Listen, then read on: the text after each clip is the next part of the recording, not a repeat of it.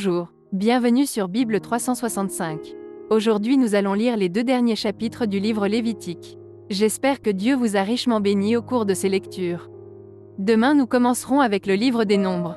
S'il vous plaît, abonnez-vous à la chaîne, aimez et partagez-la pour encourager quelqu'un d'autre à écouter la Bible cette année. Merci encore. Bonne écoute. Lévitique, chapitre 26. Vous ne vous ferez point d'idole. Vous ne vous élèverez ni image taillée ni statue, et vous ne placerez dans votre pays aucune pierre ornée de figures pour vous prosterner devant elle. Car je suis l'Éternel, votre Dieu.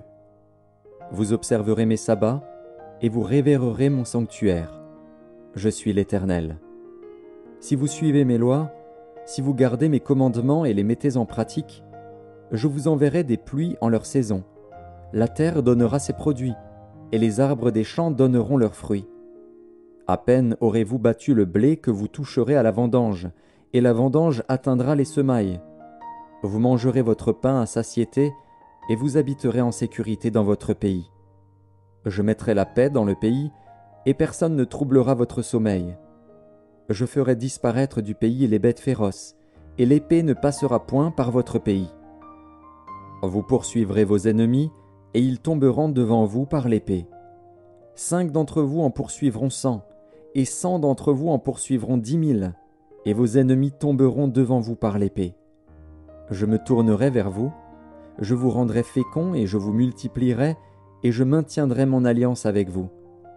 Vous mangerez des anciennes récoltes, et vous sortirez les vieilles pour faire place aux nouvelles. J'établirai ma demeure au milieu de vous, et mon âme ne vous aura point en horreur.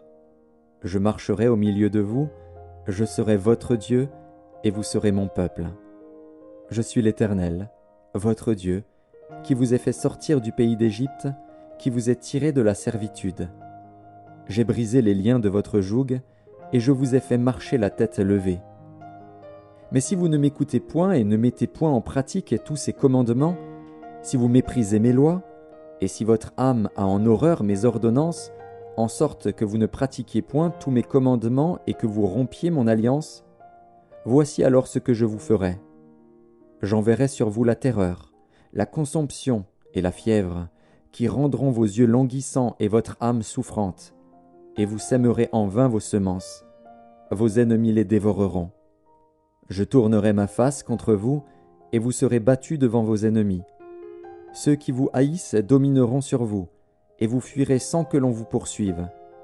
Si, malgré cela, vous ne m'écoutez point, je vous châtierai 7 fois plus pour vos péchés. Je briserai l'orgueil de votre force, je rendrai votre ciel comme du fer, et votre terre comme de l'airain. Votre force s'épuisera inutilement, votre terre ne donnera pas ses produits, et les arbres de la terre ne donneront pas leurs fruits. Si vous me résistez et ne voulez point m'écouter, je vous frapperai 7 fois plus selon vos péchés. J'enverrai contre vous les animaux des champs, qui vous priveront de vos enfants, qui détruiront votre bétail, et qui vous réduiront à un petit nombre. Et vos chemins seront déserts. Si ces châtiments ne vous corrigent point, et si vous me résistez, je vous résisterai aussi, et je vous frapperai 7 fois plus pour vos péchés. Je ferai venir contre vous l'épée, qui vengera mon alliance. Quand vous vous rassemblerez dans vos villes, j'enverrai la peste au milieu de vous, et vous serez livrés aux mains de l'ennemi. Lorsque je vous briserai le bâton du pain, 10 femmes cuiront votre pain dans un seul four et rapporteront votre pain au poids. Vous mangerez, et vous ne serez point rassasiés. Si, malgré cela, vous ne m'écoutez point, et si vous me résistez, je vous résisterai aussi avec fureur, et je vous châtierai 7 fois plus pour vos péchés. Vous mangerez la chair de vos fils, et vous mangerez la chair de vos filles. Je détruirai vos hauts lieux, j'abattrai vos statues consacrées au soleil, je mettrai vos cadavres sur les cadavres de vos idoles, et mon âme vous aura en horreur. Je réduirai vos villes en désert, je ravagerai vos sanctuaires, et je ne respirerai plus l'odeur agréable de vos parfums. Je dévasterai le pays, et vos ennemis qui l'habiteront en seront stupéfaits. Je vous disperserai parmi les nations, et je tirerai l'épée après vous. Votre pays sera dévasté, et vos villes seront désertes. Alors le pays jouira de ses sabbats, tout le temps qu'il sera dévasté et que vous serez dans le pays de vos ennemis. Alors le pays se reposera et jouira de ses sabbats. Tout le temps qu'il sera dévasté, il aura le repos qu'il n'avait pas eu dans vos sabbats, tandis que vous l'habitiez. Je rendrai pusillanime le cœur de ceux d'entre vous qui survivront, dans les pays de leurs ennemis. Le bruit d'une feuille agitée les poursuivra. Ils fuiront comme on fuit devant l'épée, et ils tomberont sans qu'on les poursuive. Ils se renverseront les uns sur les autres comme devant l'épée, sans qu'on les poursuive. Vous ne subsisterez point en présence de vos ennemis. Vous périrez parmi les nations, et le pays de vos ennemis vous dévorera. Ceux d'entre vous qui survivront seront frappés de langueur pour leurs iniquités dans les pays de leurs ennemis. Ils seront aussi frappés de langueur pour les iniquités de leurs pères.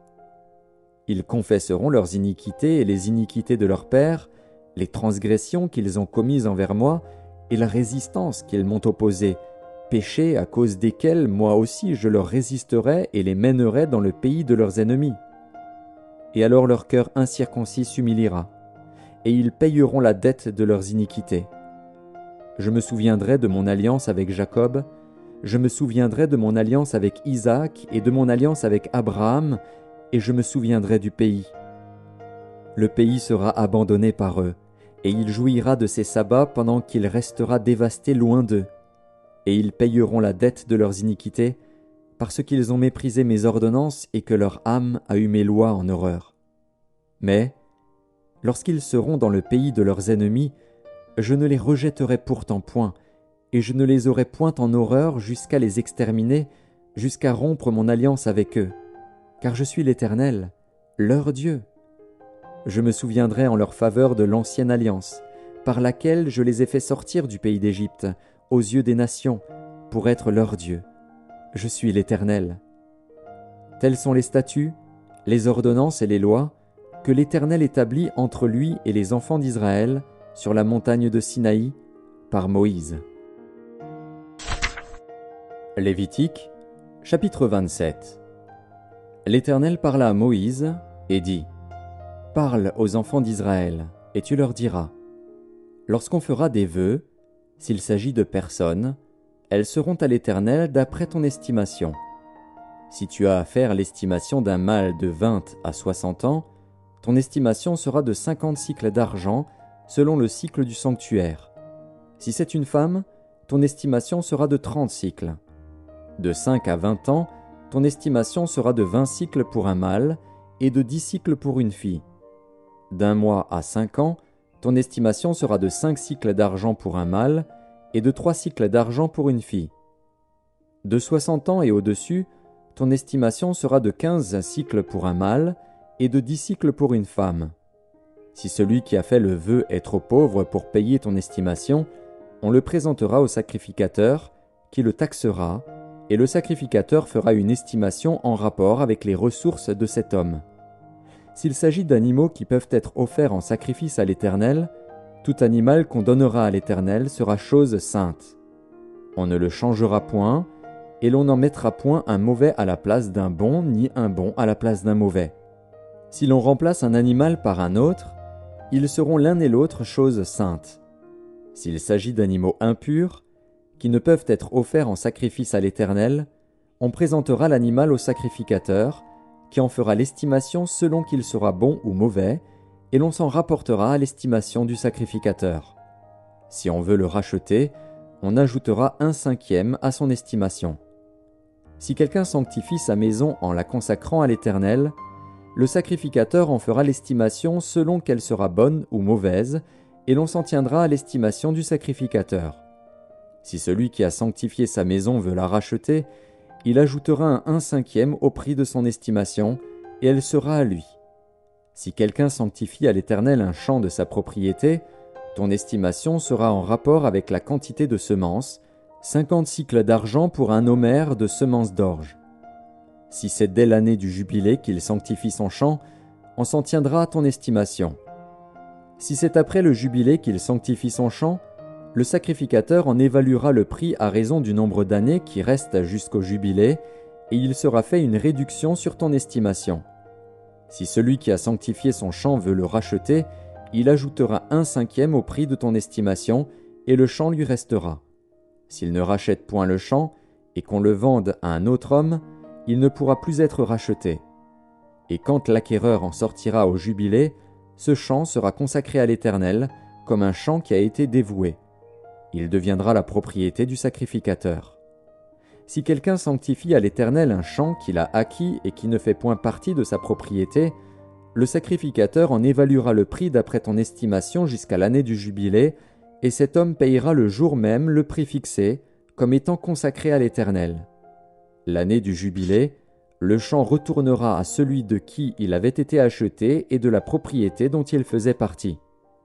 Toutes tes estimations se feront en cycle du sanctuaire, le cycle est de 20 guéras.